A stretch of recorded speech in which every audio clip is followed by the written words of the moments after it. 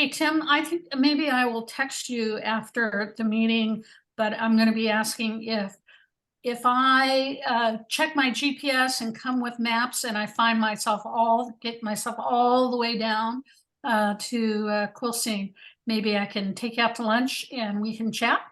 Absolutely. All right. We'll see if we can figure out a date, barring being called to fires, for sure. I think I'm home now for a couple of weeks, so you got a couple of weeks reprieve. So Oh, good. the new rules are if you've gone out on a fire and you've got X amount of days, in which I did, I had over 12 days, and so then they kind of ground you for a couple of weeks. So I'm pretty much grounded for a couple Very of weeks, decent which of is them. good. Yeah. Yeah. Sheriff, Commissioner, Gabby. Hi. Well, it's 1 o'clock and I feel like I should start. I'm hoping that folks have the link and are able to get in. Quickly, I think we'll just run around and see if there's any updates that anybody has to give. And I'll start with Lori. Well, the biggest update is I'm here. I'm not in Zimbabwe. Well, but that's a very personal update. Oh gosh, I rely so much on Dr. Carlbaum to keep me straight here because there's so many intertwining things. But I can't think of anything new that would specifically need to be fed through here. I'm pretty sure that Dr. Carlbaum is going to be on. I'm going to text him right now. Chief McKern? He's teaching. He's teaching. Oh, he's teaching. I talked to him at 7 o'clock this morning, and he was teaching at UW, but he might be joining us for lunch by chance. Okay. So right. that's a thought. Great. Updates. I'm super excited to hear that tomorrow someone's going to bring me a box. So we're going to get something mounted on our wall, and so we're super excited about that. So that's good to know. We've had lots of events going on here in Quilcene, and we like it. It's very warm. We had we've had a lot of chitter chatter around fireworks stuff and burn bans and all that. Greg's smiling, I'm sure, and poor Sheriff, I feel bad for you, but hey, at least you guys got to watch fireworks and just stand back and look. So that was good. So that's been our ongoing strategy anyway. So that's about it for the South End. Okay, thank you. Sheriff Knoll, and Sheriff, do you have new glasses or am I just... No, they're new ones. They look good. You wear them. Thanks. They were, when I first put them on and saw myself on a Zoom meeting, I thought, what the heck? I like them. They're comfortable and they work. So I don't really have a whole lot to report. I guess I don't, business as usual. 4th of July was a busy time for us because the firefighters messed everything up, fire chiefs, by declaring a fire danger. But other than that, one thing I did want to say is, for some reason, don't go there. I have two links to the meeting, like on my calendar, and I was trying to log on with one, and it was saying it was a bad link, and then I was just getting ready to try the other one when you sent the email saying, "Don't forget this is the link." So I got to figure that out somehow. Well, I'm telling you, at the end of August, I have a dream of just pulling all of the Zoom links out and restarting, because there was something about when I went from public health over to my own personal, and there is zero reason why that should be the case, but it feels like those are the only meetings it touches. So thank you all for your patience and for fielding as many emails as you do from me. Well, I wasn't saying that as a criticism. I thought that maybe I didn't even know you could pull meeting things. Well, back. then you'll all get a raft of decline or of canceled meeting emails, which will that's right. People even further. Exactly. Gabby, any updates from your corner? We do have a lot of updates, but specifically in South County, we're getting busier in Quilcene. It's pretty steady flow of people out there now. I'm glad you're down there. Good. Yeah, it's nice. Lots of people still stop by in Brennan just to kind of figure out what we're doing, and so we're connecting with a lot of people in Brennan too. Good. Good. Okay, thank you. Yep. Anya, I know you're going to talk in a little bit here about naloxone boxes, but any other updates from your corner? Just had a nice time at the R-Corp River site visit in DC last week. And at Public Health, maybe 2 weeks ago, in front of the clinic, we installed a syringe drop box, like a 24-hour metal box. So that's there, and maybe we'll be doing some more like communications around that soon. We have also recently got a van. So the syringe service program at Public Health got a Dodge ProMaster van, and still coming up with a plan for how we're going to use it exactly. But for now, we have more transportation for ourselves to do outreach when we go out on Fridays. And then, as Chief McKern said, we've got the naloxone boxes. Those came in right before we went to DC. So I have a few minutes later in the meeting where I'll go more in depth about the plan for those. And then I wanted to remind folks that August 31st is Overdose Awareness Day. So yeah, we'll keep talking. I think Gabby and I should talk offline. And then I think that I've been talking to folks at the Nest, so we might be doing something over there. That's all I got. Excellent. Thank you. Trish, happy summer. My end, just getting busy wrapping up one school year and getting another one started. So been a good summer so far. Good. Happy you're here. Jim Novelli? So DBH Board of Directors has approved our move. We are going to try to locate an office in Quilcene and or Brennan and offering a wide range of services. So it will be remote. We'll have a therapist down there, probably full-time, 5 days a week. On top of that, we will be able to offer MAT, SUD. We'll have our real team stationed down there a couple of days a week. So we will be finding, so I'm searching for spots. So I don't know if to kind of find housing. So that's exciting. I hope it's going to be a slow process, but we're going to start searching here in earnest. So. Oh, that's great news. That's something that we've been wanting to get down in that area. Holly, any updates from your corner? Not a whole lot. I got news today that our budget and action plan have been approved for the next 12 months for the Prevention Coalition, Quilcene Brennan Empowered Teens. So that's exciting. I apologize. For some reason, Zoom was being funky on my computer, so I'm on my phone. I apologize if there's a delay muting and unmuting myself because it's all touch here. I'm glad we can see you well, and I'm happy you're here. Denise, any updates from your corner? Well, in terms of the Empowered Teens Coalitions, so we are adding to their funding. We are adding a counselor in the Quilcene School District. So we'll have the 3 days of counseling in the Quilcene School District again this year that are supported by 0.1% of 1%. By HCA dollars and by school-based health centers operation grant. So those 4 counselors have to have 3 different contracts from us, but that's just how it goes. And then we'll have those 3 days in the other 2 school districts as well, supported by Empowered Teens Coalition Coordinator Kara Billinger Hessam, who is new to the Chimacum Coalition, and then also Lindsay Scalf at the Port Townsend School District. And then I've been working with a local health jurisdiction overdose awareness committee, and we went after FPHS funding for the next term. So beginning with our consolidated contracts, we'll be receiving $150,000 for illicit substance user and overdose response. And that will come from DOH state foundational public health services funding. So that should start in August. And that might be all I have. Thank you.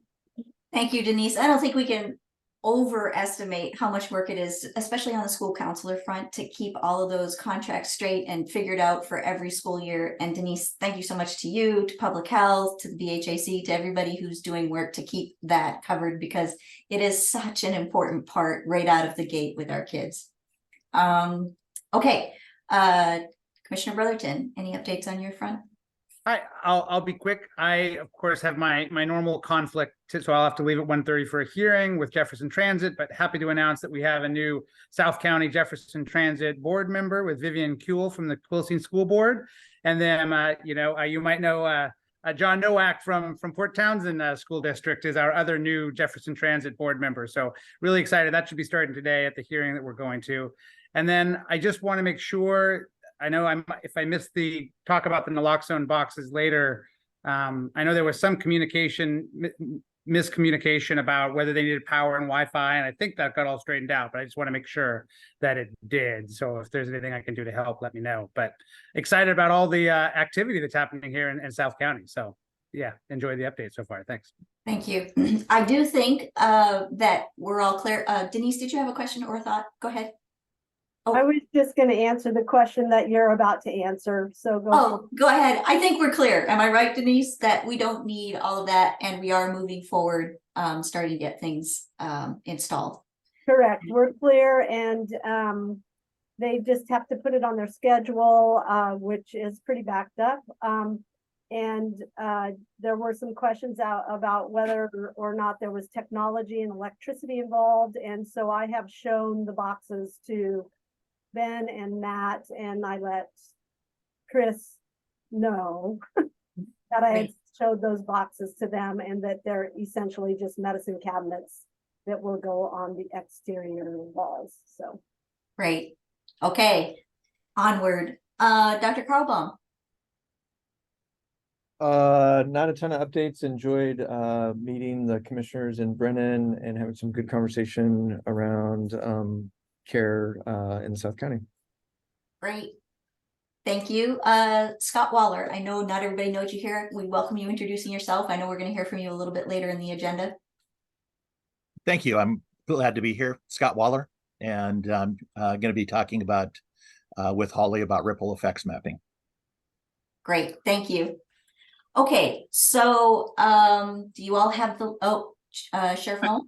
I'm sorry, I remembered one thing that I think ties in. We did in I think it was earlier this month, it might have been in the last month, but we had some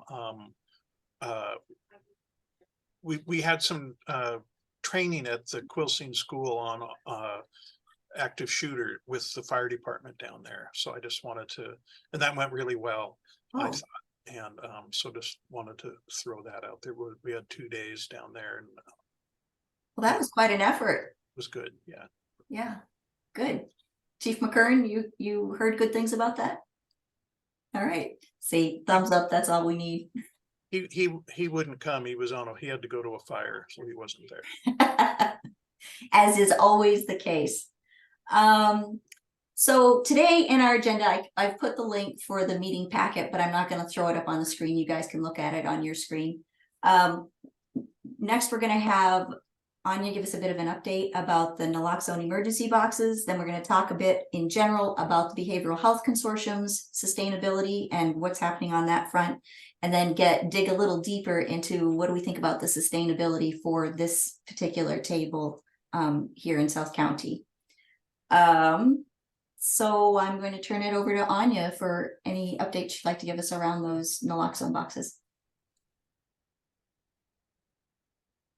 Let me unmute myself. If folks want to turn to the next slide, maybe the third slide in the deck, I'm going to reference a list that some of us collectively made of places that we were considering having conversations with about having naloxone boxes. So as of today, going through this list and places that we've already reached out to, that includes the Quilcene Fire Station, who Lori's going to bring a box down to tomorrow.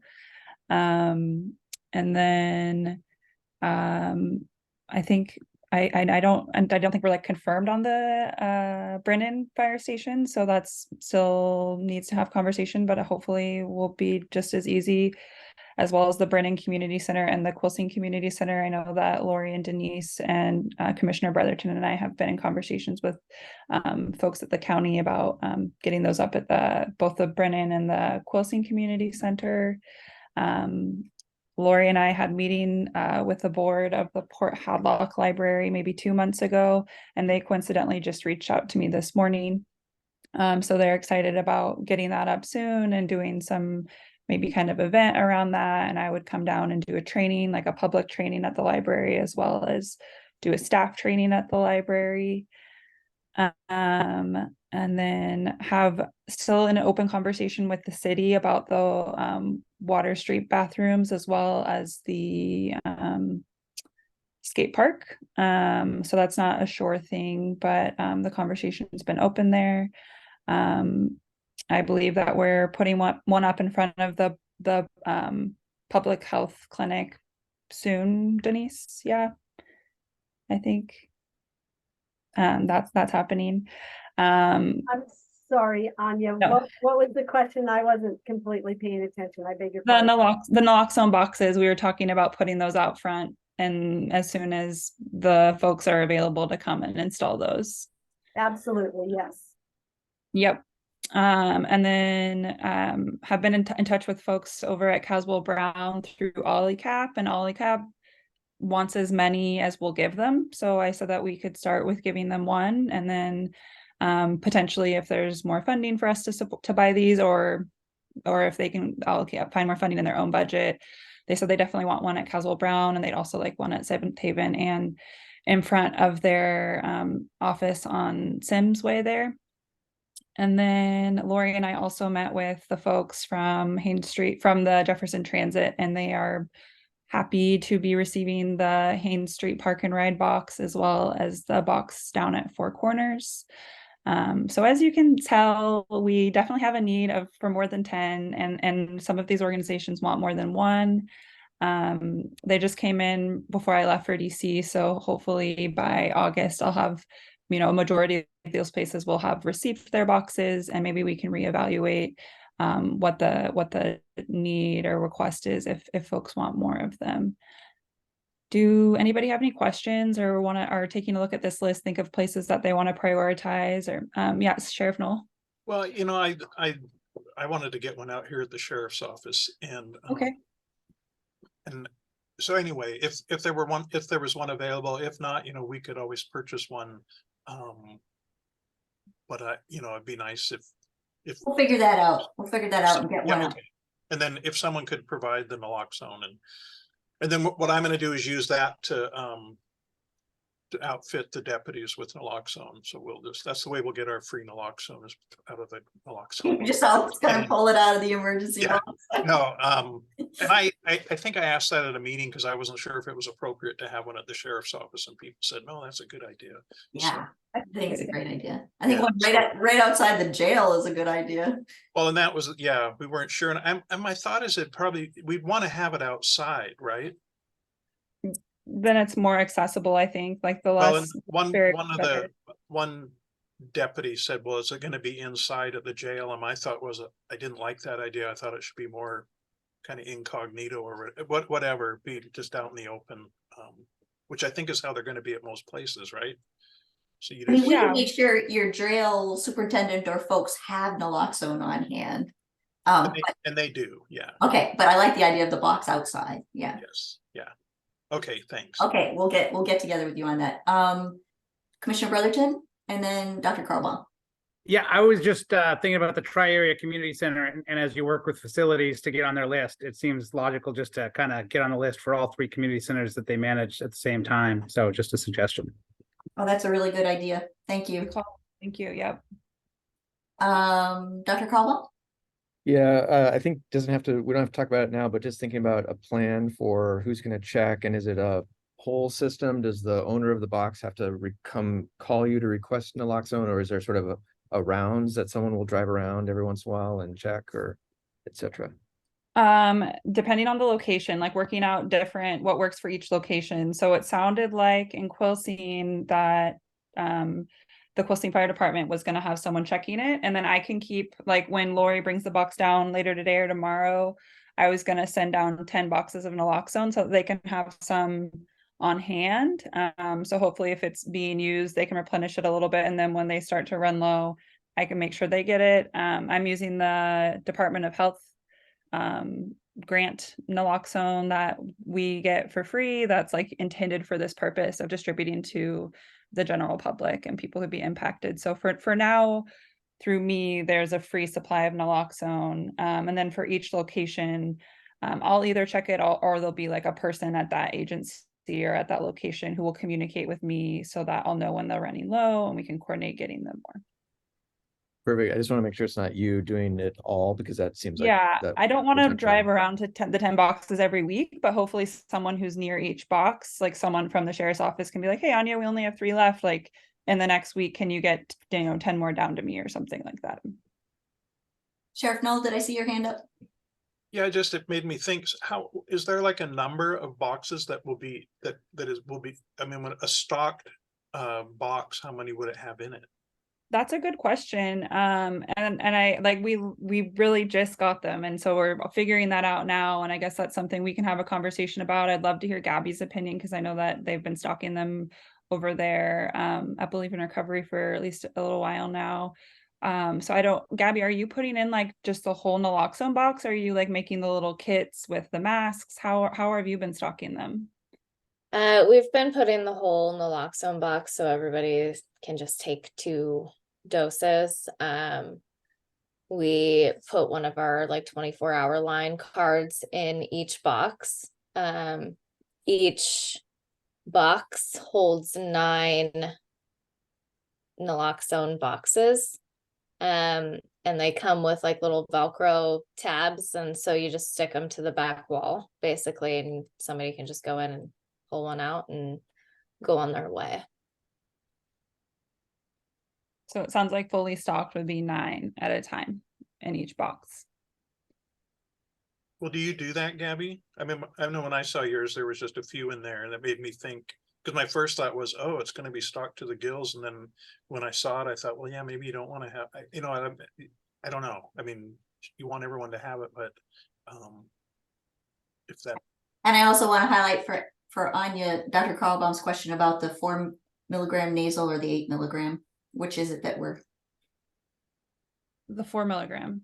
Okay. Yeah. We don't have the 8 milligram, and I don't think that we're getting that anytime soon, as far like we're just gonna keep getting the same that we've been getting. Yeah. I think that's fine. I think some cases it's taking 2 doses of 4 milligrams for people to be resuscitated. And so I would sort of think of a unit as dose for one patient being 2 boxes. And so, I would probably stock 4 in there. I share a little bit of Sheriff Noel's concerns about just someone who is vehemently opposed to this idea and, takes them and throws them away or takes them and wastes them. But I could be convinced otherwise that maybe just anyone taking them is great. So. Gabby, did you have something you were going to say there? I thought you did. If I'm wrong, I'm sorry. I'm not putting you on the Maybe spot. I did. I don't know. I'm sure it was like magical words of wisdom. But I know in our box we don't put 9 in there just because sometimes people like to vandalize things just for no other reason other than to vandalize things. So we typically have like 3 or 4 in there. We also have something in there that says if there's no more in here, call this number.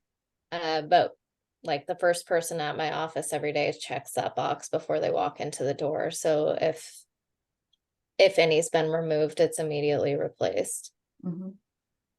Sheriff Noel? Well, and that was my thought too, when I saw that, how it would be important that someone keeps, if you're going to run a low amount in there, that someone keeps tabs on that. And, you check it every day or twice a day or whatever to make sure it always has some in there. Yeah. And we have it like at our front desk too. So if somebody Like they don't have to take it out of the box outside. They can, Mhm. but usually somebody will just snag it off the desk or ask for it. Any other thoughts on this topic before we move on? I just had a vision of like, I don't know if you ever pull up to the gas pumps and they have those little videos playing. It'd be a video of Anya talking about naloxone at each box will have a little video playing with some audio. They Well, do each have a QR code and you can scan it and it does play a video. Oh, does it? Yeah. It's not Anya, but But we're gonna have one that might have somebody you recognize in it, right, Anya? Yeah, we're working on a also brief update. The film project is starting to be produced in the next week or so. So there is going to be a brief like 2-minute how to use naloxone video that probably Ocean and I will be in. And then we're going to have another brief like 3-minute video about harm reduction that Dr. Carlbaum's going to talk in, and then some folks from the community. So excited to keep sharing updates, and hopefully that will be wrapped up by mid-August to share with you all. Yeah.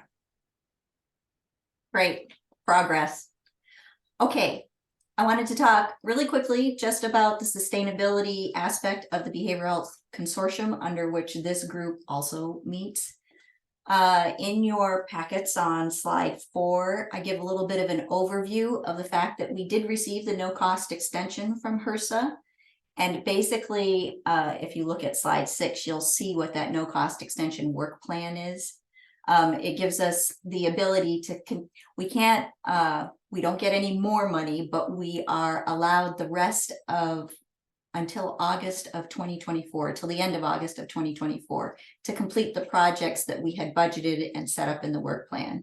And it also ensures that that youth transport vehicle that Kelly Parcher got for the OWL 360 programs will be able to use all the way up until the end of August 2024 without us being worried that the feds might ask to get it back. So we're very excited that we got that.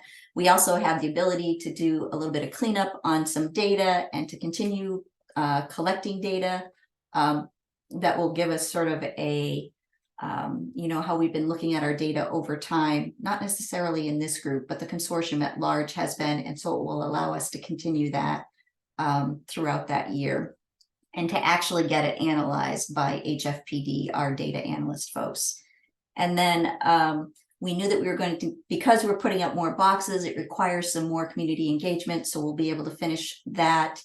And generally, it will allow us then in our final report at the grant's end or at the end of the no-cost extension to list all of the things that we've accomplished that we said we were going to accomplish. It just gave us more time to get it done. So that's what's going on with the consortium. On slide 5, we talk a little bit about just what the next steps were that we defined at our greater meeting. We're going to look at, are we going to create partner and cooperator roles in this new version or the updated version of the consortium, and what other partners we need to recruit if necessary. We're going to confirm the seed funding from the, potentially there's some funding from the opioid settlement funds that might come through the county, go through DBH as a pass-through to keep the table open. And that will allow us to at least have quarterly meetings, and even if we don't analyze the data, to continue collecting the data and just keep ourselves aligned. We'll also be looking at looking for and then applying for some sort of a grant that would allow us to do some planning to outline the next sort of iteration of what we want to do and what our mission sort of gets tightened up to be going forward. So that's a quick overview on what's happening with the consortium as a whole. Are there any questions on that piece of it? And I'm going to stop and look at the comments. Lori, I had a quick question for Commissioner Brotherton before he takes off, which is at that meeting at 2:45 p.m. on 8/7, do you need public support? Do you need people from this group to be supportive, or I just don't know the local government process? Sure. It's going to be a work group with both Salish BHASO, who administer the funds, and public health. I think we have 4 staff from public health, and also Jim Novelli from Discovery Behavioral Health. we're going to be making that recommendation that we use the first opioid settlements that's, starts at 35 a year and ends up at about 60 a year over 17 years to maintain the table at BHC and then the other funding into the funding stream of the Behavioral Health Advisory Committee. And I think a quick public comment in support of that plan is only appreciated. I think public health is going to make the same recommendation, but it's not a consensus necessarily in the department. So I think if folks see value in that suggestion, that there will be an opportunity for public comment, and it would be appreciated. And does that happen? Is it a Zoom meeting, or do folks need to show up at the courthouse? It's a hybrid meeting. You could show up in the chambers, but it's pretty flexible. I would just encourage you not to make the drive out there if you're not already in town. Just attend the 3-minute public comment. Okay. And if you're unable to make the meeting, is there an opportunity to give a written comment? You can send an email to jeffbocc@co.jefferson.wa.us, and that will go to all three of us, and just make sure that you talk about, opioid settlement funding in the subject line, and that'll get to all three commissioners who are the deciders on this. Great. Okay, thank you. And I know you have to go, Commissioner Brotherton. Appreciate you being here. See you guys next time. Bye-bye. Bye. Okay. Any other thoughts on that before I move on to what? Oh, Sheriff Knoll. I'm sorry. Was he saying, was the commissioner saying that the money would be for the Behavioral Health Consortium? Is that what he said? The first 35,000? A portion of it would be for, and I want to say it's about 35,000 a year over the course of the time that we get those opioid settlement funds. And that would be enough to keep the table, open and allow us sort of, to keep a website going, to have me attend the different meetings, the SBHASO, the OCH, the BHAC, all of those other meetings that are sort of related to what happens behavioral health speaking here in Jefferson County. And I've been thinking maybe we have some sort of a newsletter or place on a website where you can go to sort of get summaries of these various meetings, just to keep it hydrated enough to go until we can get some other grant funding to actually do an assessment and a planning exercise with the consortium as a whole and create an updated MOU. Okay, thanks. Yeah. Other questions? Okay, moving on. On slide 7 of your package, we want to talk a little bit about what happens next with the South County harm reduction table. Now, I know this has been a table that has seen a lot of versions of itself over the last, 3 years that we've been in existence. We were here during COVID, and so the table became kind of a place where a lot of communication happened around that. We talk about more than harm reduction. I think it's been public health really underwriting this meant that there was a connection between South County area and a lot of the folks and services up here that didn't happen prior. So the question is, do we go forward or not? And I thought that there is a possibility here that we could use a process that Holly Gumm just brought to me here in the last couple of days. And I've invited Holly and Scott Waller to tell us a little bit about what they're thinking and how we might use that for the folks at this table to think about what has worked, what do we want to do in the future, and what could it look like. And I'm going to turn it over to Holly to tell us a little bit about the ripple effects mapping process. And she's getting her Zoom on, I promise you. Thanks, Lori. Again, I apologize for the clunky transitions here. Yes, so ripple effects mapping, for a lot of folks, myself included, having a visual on where you've been, where you are, where you want to be is really, really helpful in place or in conjunction with, like a Word document report when it comes to summarizing a group's efficacy or vision moving forward.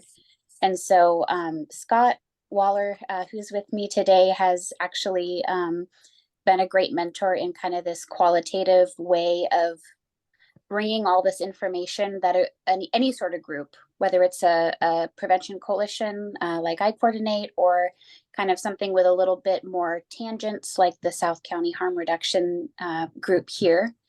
There's a lot of overlap in kind of the missions of both the prevention side that I kind of exist in, as well as this group and the various stakeholders here.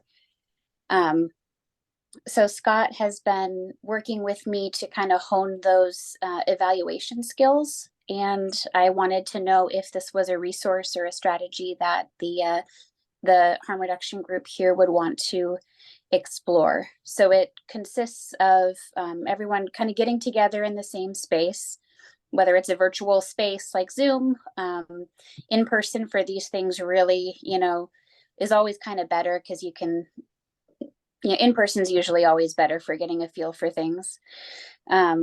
We'll have some prompts, some questions to kind of sit and reflect, share with one another, kind of pull some stories, pull some themes, pull some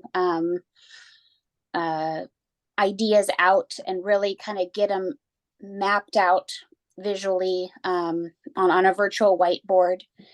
And then after that meeting, which usually is about an hour and a half-ish, what myself and Scott will do is kind of watch everything again, listen to everything, look at all of the quotes and fragments of stories and all this anecdotal stuff, put it together through kind of a higher level analytics software, and basically write up a report, and in whatever direction we want to go. And I understand in this context, we're trying to get a feel for, what has South County Harm Reduction Table, like what have we done? How do we feel about it? What do we want to look like moving forward? Is that what I understand Yes, and I loved the idea of it sort of serving as, this is a milestone moment, right? And we could do this now or in the near future and have insight that we've gathered from among us, and then maybe revisit in a year from now to see, how did that Naloxone box project work out? Is the table effective or isn't it? Or did we not carry it on and we should have? Whatever that is that comes out of it. It just seemed like this was a nice way to get people's input. And to do a process that, from the way Holly describes it, sounds very interesting. Scott, we're eager to hear from you as well, because I think that there is such a brain trust at this table, and there is a depth of relationships that have been deepened or originated here that we don't want to lose as we go forward into whatever comes next. Scott, I'm going to open it up to you. Okay, thanks. So ripple effects mapping, just to give a little bit of additional background to it, it's a process that was developed by and used extensively by cooperative extension services. And I emphasize the word process because it is content agnostic. It doesn't really matter whether it's prevention coalition or this harm reduction group. The idea is to go in and work with people in the group to answer the questions that they want to answer. And so it's very, very tightly controlled to the kind of outcomes that you want. And that's the way that I would basically facilitate this. And then Holly would actually be doing the mapping. And the mapping is a real-time mapping. So if we do this virtually, actually, if we do it either virtually or in person, you'll actually see the mapping occurring on the screen at the same time that we're doing the work. So what you're saying is being written down simultaneously. That's a really important piece of this, so that people can actually see that their words are being recorded the way that they said them. And that's something that a lot of evaluation processes don't actually emphasize, but we emphasize the importance of getting your words the way that you said them, and trying to get your thoughts and feelings the way that you wanted to express them. Ultimately, what I've seen with this is that groups have been able to use this information then as a springboard to additional planning to identifying where there are gaps in their services that they might want to take a look at. What are the new possibilities? What are the new partnerships? And one other piece, just to kind of close a piece of mystery, is it's called ripple effects mapping for a reason. And that's that as one person is talking, another person is listening, and invariably what happens is you just start conversing. And so the sheriff will say something that will spark an idea from somebody else. We might call those tangents in our real life conversations, but in this world, that's a ripple. So that's spraying a new ripple in the pond, if you will. And then people start talking about that. And those are the kinds of things that you're trying to find, is what is the creative energy behind this group? What's important to it? And how do we do the best job we can in talking about how effective we're being? The cooperative extension folks, like I say, have used this for years and absolutely swear by it.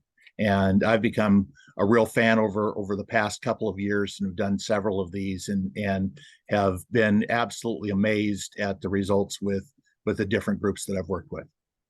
And then just quickly, Scott, could you tell us a little bit about appreciative inquiry, which is the Sure. style of approach that you're using to the facilitation of the conversation? Sure. So appreciative inquiry is how's it different from a SWOT analysis, for instance? Sure. Yeah. So from a SWOT analysis, you're looking at strengths, weaknesses, opportunities, and threats. And what appreciative inquiry is basically open-ended questions that allow you to explore each of those. And they're intentionally phrased to draw the maximum amount of input from people that we possibly can.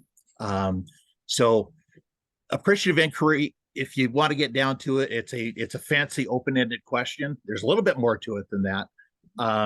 But put into this process, it's absolutely the linchpin of getting the team to work together and talk about these issues kind of in a real focused way for that hour and a half. And the beauty is that at the end of an hour and a half, you've done your part. We're going to do a report. We're going to bring themes out of that. And those themes are basically going to be, hopefully, are going to resonate with questions that you actually wanted to get information about and issues that you might want to resolve. Thanks, Scott. Lori, I see you. And did I miss it at this meeting? Is this facilitated meeting? Lori, would you lead the meeting, or do you lead it, Scott? Or I think what we would do, what starts it off? Heidi brought the idea to me, and I wanted to bring the idea to you folks because I was wondering how you all felt about at our next meeting, which is scheduled for, I want to say, August 20th.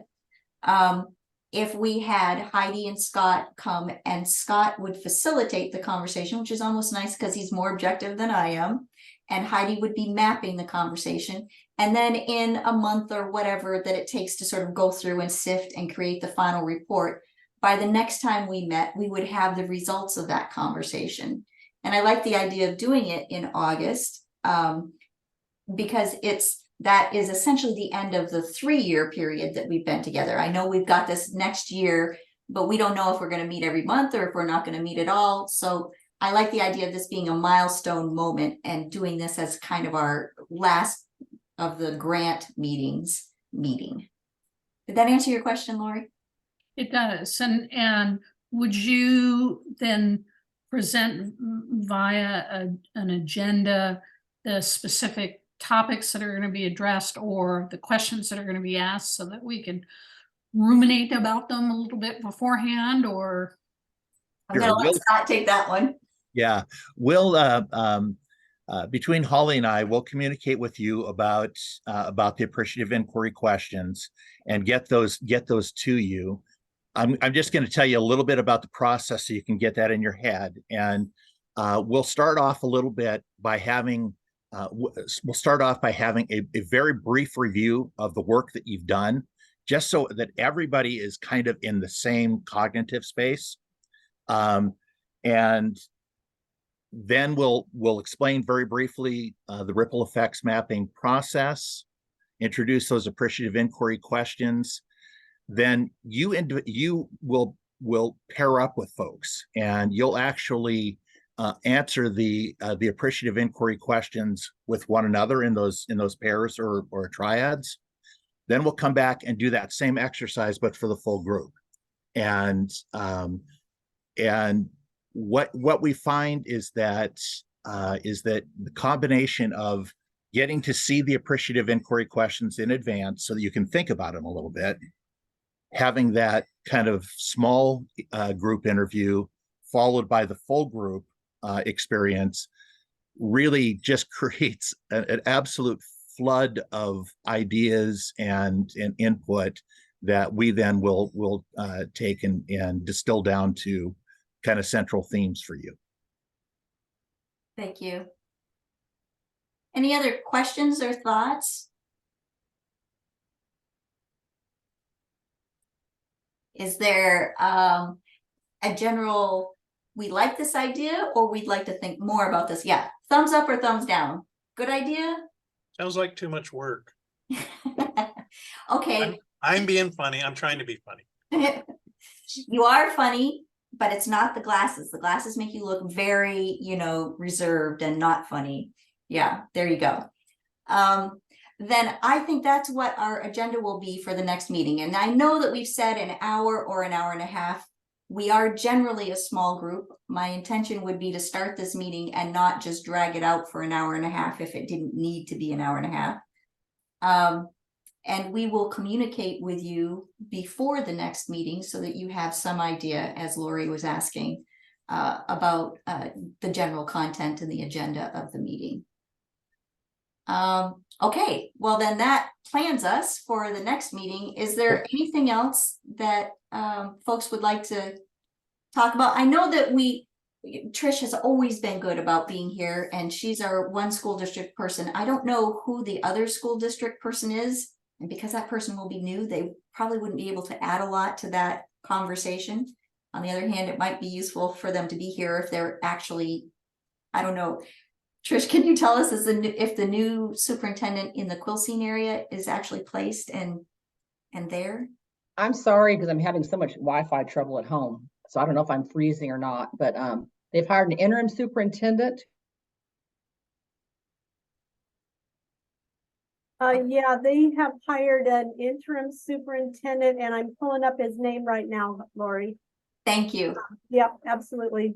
I don't think that they have a principal yet. Okay. Trish, between you and Denise, we got some answers. And Trish, I'm sorry you're having such a pain with your internet. He's in place. He's in place. He's in place. Yeah, Okay. he's made several visits to us, so I know he's in place. See, this is the joy of working with it's not even rural, it's frontier area. We've got, so speaking to that thing that we just saw here with the internet, how do we feel about having this next meeting where we're talking about having this discussion, having it on Zoom or having it in person? I'm happy to do in person and find a place to do it. I'm happy to do it on Zoom if it means that we'd actually get more people to the conversation. Thoughts? Either way is good for me. I like the idea of meeting in person, but seems like that's becoming more unrealistic nowadays. And then Dr. Carlbaum, getting him to be here could be a problem. And we really want to have Dr. Carlbaum here. We really want Gabby here. We really want Denise here. Holly? I'm not going to be able to travel outside of my local area from the end of August on, so I wouldn't be able to come out on the 22nd.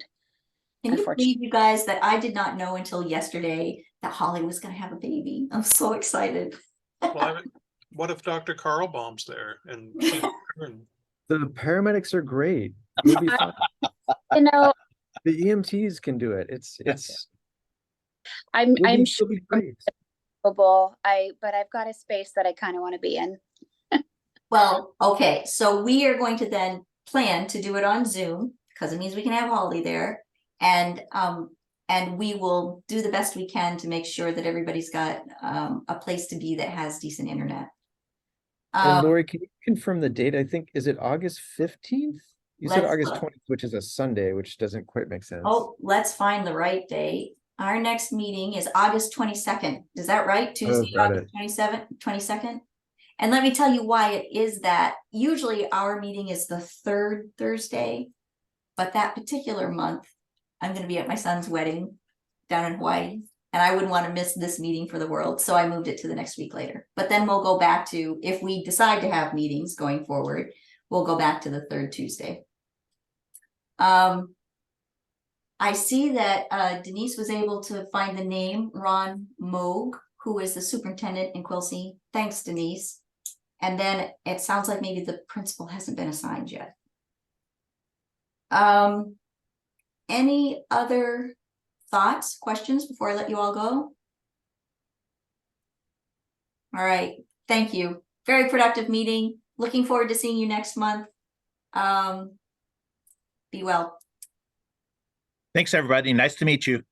You as well. Thanks Bye-bye. for your help. Thank you, Heidi, for Everyone. bringing the idea.